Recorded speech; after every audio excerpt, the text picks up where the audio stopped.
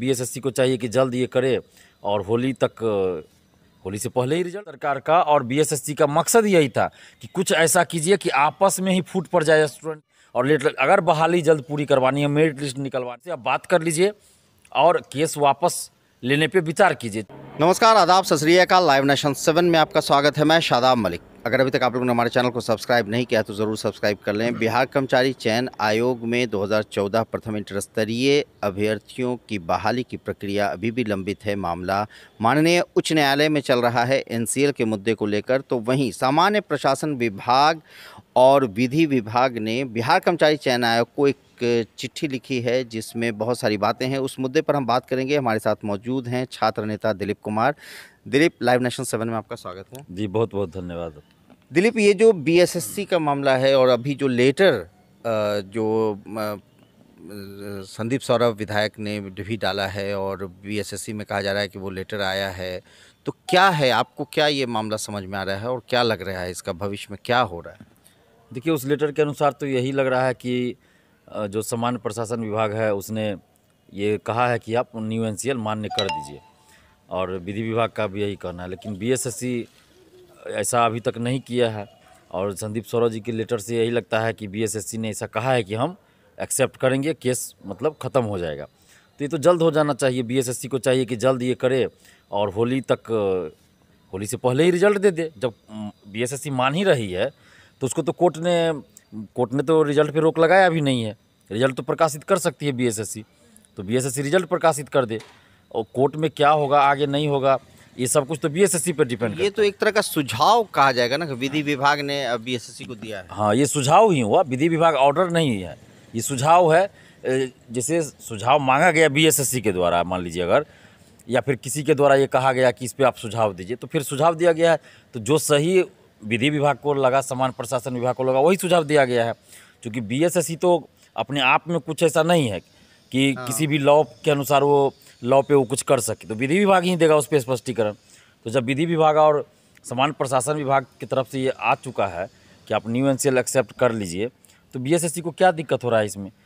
BSSC को तो तुरंत रिजल्ट दे देना चाहिए और कोर्ट में ये कर देना चाहिए कि हम न्यू एनसीएल एक्सेप्ट कर रहे हैं और केस ख़त्म हो जाता तुरंत। लेकिन जानबूझकर बीएसएससी इस बहाली को लटकाना चाहती है और ये बीएसएससी मोहरा है। नीतीश सरकार ऐसा करवा रही है। ये पूरा साजिश रचा गया जानबूझकर। ये न्यू एनसीएल, ओल्ड एनसीएल, जाति प्रमाण पत्र, इस सब का जानबूझकर जो है बखेड़ा। अभ्यर्थी भी इसमें काफ़ी आपस में फूट होती चली जा रही है। यही मकसद ही था नीतीश सरकार का और बीएसएससी का मकसद यही था कि कुछ ऐसा कीजिए कि आपस में ही फूट पड़ जाए स्टूडेंट्स में और ये लोग कोर्ट में चले जाए। कुछ लोग आपस में ही लड़े, कुछ लोग कोर्ट चले जाए और मामला लंबा खींचा। और वही हुआ भी। मैंने शुरू से कहा स्टूडेंट्स को कि आप लोग आपस में मत लड़िए। लड़ना है तो बीएसएससी से लड़िए, उसकी तानाशाही से लड़िए, लेकिन आपस में मत लड़िए। लेकिन हुआ क्या, कुछ लोग इस तरह से बखेड़ा खड़ा कर दिए। और इसमें मैं तो मानता हूँ, मैं किसी से डरता नहीं हूँ। 2-3 यूट्यूबर हैं जो स्टूडेंट्स ही चलाते हैं, बीएसएससी अभ्यर्थी, उन लोगों के चलते आज ये इतना लफड़ा खड़ा हुआ है। वो लोग दिन रात इस तरह से यूट्यूब पे वीडियो चलाते हैं, कुछ से कुछ, और मानसिक रूप से प्रताड़ित होना पड़ता है स्टूडेंट्स को। इन लोगों को तो कुछ होता नहीं, इन लोगों को तो व्यूज आ जाता होगा, लेकिन स्टूडेंट्स को परेशानी होती है। आज ये जो NCL, old NCL, new NCL का जो लफड़ा खड़ा हुआ, ये बीएसएससी कुछ नहीं करने वाली थी। बीएसएससी काउंसलिंग करवाती और सब कुछ एक्सेप्ट हो जाता। लेकिन इन्हीं 3-4 यूट्यूबर ने क्या किया, दिन रात दिसंबर फर्स्ट वीक से चलाना शुरू कर दिया कि ओल्ड एनसीएल ही मान्य होगा, नया नहीं होना चाहिए, तो होगा तो नहीं होगा। और बीएसएससी ने नोटिस जारी कर दिया। तो अब ऐसे में आप इस आंदोलन का शुरू से नेतृत्व कर रहे हैं। कई बार आप लोगों ने धरना प्रदर्शन किया, कई बार बिहार कर्मचारी चयन आयोग के बाहर भी आपने आंदोलन किया।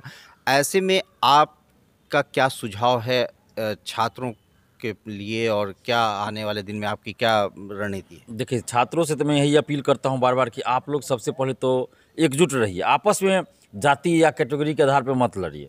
ये सबसे पहले ज़रूरत है, क्योंकि अगर आप इस तरह से लड़ते रहिएगा तो फिर बीएसएससी को फिर मौका मिलता रहेगा, वो लेट लतीफ़ी का कोई ना कोई बहाना वो निकाल लेगी।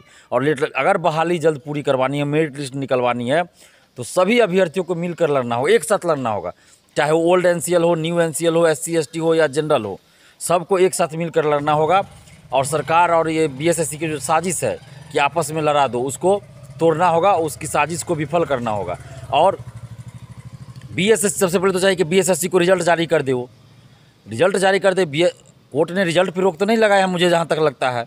और मैं इधर अभी नालंदा, नवादा और गया में था लगातार शिक्षा सुधार एवं रोजगार अभियान के तहत, इसलिए मैं कोर्ट के ऑर्डर को या कोर्ट में क्या हो रहा है इन सब बातों का मुझे सही से जानकारी नहीं थी। जो मैं सच्चाई के साथ ये कबूल करता हूँ, मतलब सही जानकारी मुझे नहीं थी। समय आपको समय नहीं मिल पा रहा था, इसलिए सही जानकारी नहीं थी, क्योंकि दिन भर मेरे पास जिस जिला में जा रहे हैं उस जिला के स्टूडेंट्स का फ़ोन आ रहा था।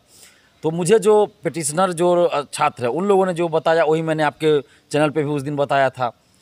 तो मैंने उन लोगों से भी बात किया, कल शाम में भी किया, आज सुबह भी बात किया है कि आप लोग भी अपने वकील से बात कीजिए, या अपने वकील से तो बात कर ही लीजिए, लेकिन अदर भी 1-2 वकील से बात कीजिए कि इस मैटर पे क्या हो सकता है, नहीं हो सकता है, और कोशिश कीजिए। और हमने अपील भी किया कि अगर आप लोग आपस में विचार कर लीजिए, जितने भी पिटिशनर आप लोग हैं और जिन लोगों ने आपको पैसा दिया है केस के लिए, क्योंकि पिटिशनर 3 है लेकिन पैसा बहुत सारे लोगों ने दिया है इन लोगों को केस के लिए, तो उन लोगों से आप बात कर लीजिए और केस वापस लेने पे विचार कीजिए। क्योंकि जब अगर ये बात सही है, लेटर सही अगर है कि तो पहले इस वकील से समझ लीजिए और उसके बाद हाँ, मैं ये देखिए, मैं किसी के विरोध में तो नहीं हो सकता ना, मैं छात्रों के हित के लिए लड़ रहा हूँ। तो मैं ये भी नहीं कहूँगा कि ज़बरदस्ती भी नहीं कर सकता, मैं क्रिमिनल तो हूँ नहीं कि इनको बंदूक रख के कह दूँ कि आप NCL वाला केस वापस ले लीजिए। मान लीजिए इनकी भी अगर नौकरी छीन जाती है तो ज़िंदगी भर कहेंगे कि दिलीप कुमार जी बोले केस वापस सुझाव लेने के बाद ही कोई। तो इसलिए मैं भी, चूँकि कोर्ट का मामला है, टेक्निकल मामला है, तो इसलिए मैं ज़्यादा कुछ नहीं बोल सकता। और अभी तक मैं इसलिए ज़्यादा इस पर नहीं बोलता हूँ कि कोर्ट का मामला है, तो कोर्ट के मामले में वकील ही बता सकते हैं अच्छा से। हम तो वकील है नहीं, एक्सपर्ट है नहीं कोर्ट का कि हम कुछ बताएंगे। तो क्या वर्ड लिखा है, कहाँ क्या लिखा है, तो एक अदर वकील से आप सजेशन लीजिए। मैंने फ़ोन पे भी कहा है उन लोगों से, और आपस में भी विचार कर लीजिए, और अदर वकील से भी आप सजेशन लीजिए इस मुद्दे पे, और केस वापस लेने पे भी आप लोग विचार कर सकते हैं। ये आपकी मर्जी, मैं ज़बरदस्ती नहीं कह सकता हूँ। हाँ। मैं आपके चैनल पे भी सार्वजनिक रूप से कह सकता हूँ। मतलब वकील से सुझाव लेने के बाद। हाँ, वकील से आप सुझाव लीजिए और जो ही सही हो वो काम कीजिए। अगर केस वापस लेना अगर सही हो सकता है तो केस वापस ले लीजिए, क्योंकि मेरिट लिस्ट निकलना बहुत ज़रूरी है। हज़ारों अभ्यर्थी उसमें लटके हुए हैं, ज़िंदगी सबका लटका हुआ है, समझिए कैरियर एक तरह से है। बहुत सारे लोग सुसाइड करने वाली बात जैसे आ रही थी, तो मैं हाथ जोड़ के विनती करता हूं कि आप लोग ऐसी सोच मत लाइए। थोड़ा लेट विलम्ब हुआ है, सही बात है, लेकिन ये सब सोच मन में मत लाइए। और कुछ अब देखिए, दिलीप कुमार अब क्या करेगा बताइए। जनरल कैटेगरी या SC ST या ओल्ड NCL वाले, OBC वाले भी वो बोलते हैं कि मेरिट लिस्ट जल्द नहीं आएगा तो हम सुसाइड कर लेंगे। मैसेज मेरे पास ढेर सारा आता है व्हाट्सएप पे, ये कोई सॉल्यूशन है नहीं। और उसके बाद न्यू NCL वाले भी मैसेज करते हैं। दिक्कत तो ये है ना कि न्यू NCL वाले भी मैसेज करते हैं कि अगर न्यू NCL एक्सेप्ट नहीं होगा तो हम सुसाइड कर लेंगे। अब बताइए, दोनों चीज़ को हम कैसे ये कर सकते हैं। अगर हम कहते हैं कि न्यू NCL एक्सेप्ट नहीं हो तो ये कहते हैं कि हम सुसाइड कर लेंगे। अगर मेरिट लिस्ट जल्द नहीं निकलेगा तो ये लोग करें कि सुसाइड कर लेंगे। तो दोनों को धैर्य रखना होगा, और थोड़ा सा धैर्य रखिए, लेकिन आपसी एकता ज़रूरी है।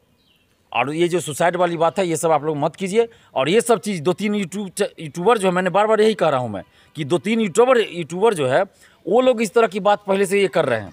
बताइए, एक लड़का मेरे पास भेजा मैसेज कि हम सुसाइड करने जा रहे हैं। मैंने वो मैसेज बहुत बाद, माने जब वो भेजे होंगे उसके 6-7 घंटा बाद, मैं उस दिन नवादा में था, शाम में शायद या दोपहर में मैसेज भेजा। मैंने रात में 12 बजे मैसेज देखा, 11:30 बजे, और वो मैसेज को वो लोग स्क्रीनशॉट लेके और पूरा वायरल कर रहा था। बताइए, ये तो गलत चीज़ हुआ ना। मान लीजिए कोई अगर इस तरह का मैसेज करते हैं सुसाइड वाले, तो उस मैसेज को आप वायरल नहीं करना चाहिए उस सबको।